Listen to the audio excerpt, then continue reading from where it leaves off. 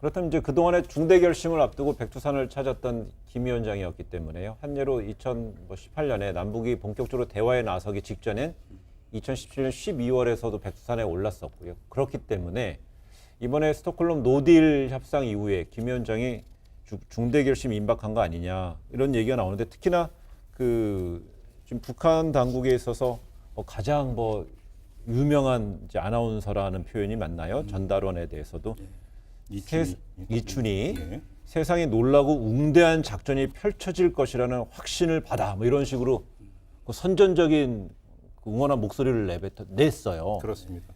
그러니까 그 전후를 좀 볼 필요가 있는데요. 그 김정은 국무위원장이 백두산에 백마를 타고 오르기 전에 한 곳을 들렸죠. 네. 거기를 들려가지고 무엇을 강조를 했냐면 자력갱생을 강조를 했어요. 그러면 어떤 적대 세력이라는 표현을 다시 썼습니다. 적대 세력, 그다음에 인민의 분노라고 하는 표현을 쓰면서 자력갱생을 강조를 했는데 하루 뒤인 오늘 또 노동신문 사설에서는 뭐를 강조를 했냐면 최고 영도자 종지의 준마 행군길은 자력부강의 길이었다. 또 이렇게 성격 규정을 했어요. 네. 그러니까 자력갱생, 자력부강 이런 것들을 계속 강조를 하고 있습니다. 이렇게 본다면 여기에는 그 두 가지 뜻이 같이 담겨 있는 것 같아요. 첫째는 미국에 대한 경고, 두 번째는 북한 주민들에 대한 예고.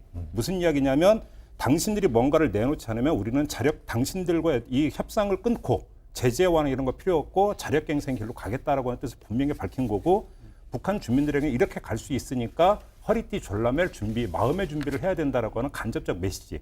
이중으로 이걸 좀 깔고 있다고 봐야 되는 거겠죠. 근데 로이터 통신 같은 경우 주요 외신들은요, 김 위원장의 이런 행보에 대해서 트럼프 대통령이 레드라인으로 설정해 놓은 ICBM 대륙간 탄도미사일 발사까지도 염두에 둔 게 아니냐는 해석을 내놓고 있는 거 아니에요?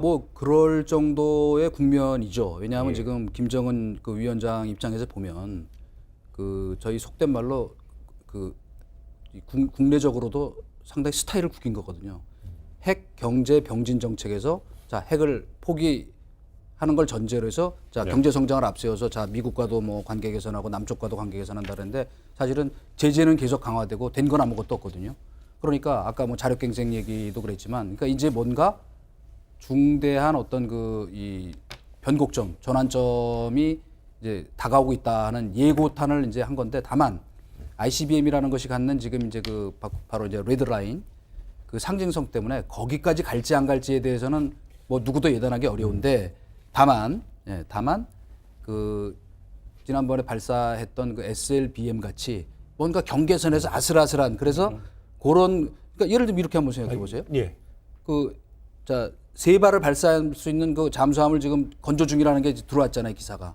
근데 만약에 그것을 지금 상태가 어떤지 모르지만 빠른 시간 내에서 예를 들면 잠수함 지난번에 이제 바지선에서 했잖아요. 네. 잠수함에서 발사하는 그런 일이 생기면 그때는 그거는 상당히 큰 파장이 또 올 수 있죠. 주목해서 봐야 되는 또 하나가 지금 이동관 전 수석이 말씀드린 연내에는 제한적으로 아마 그 제스를 취할 가능성이 있다고 보는데 그 과정에서 또 하나가 준비가 되고 있는 것 같아요. 뭐냐면 중국과의 군사적 밀착인데요.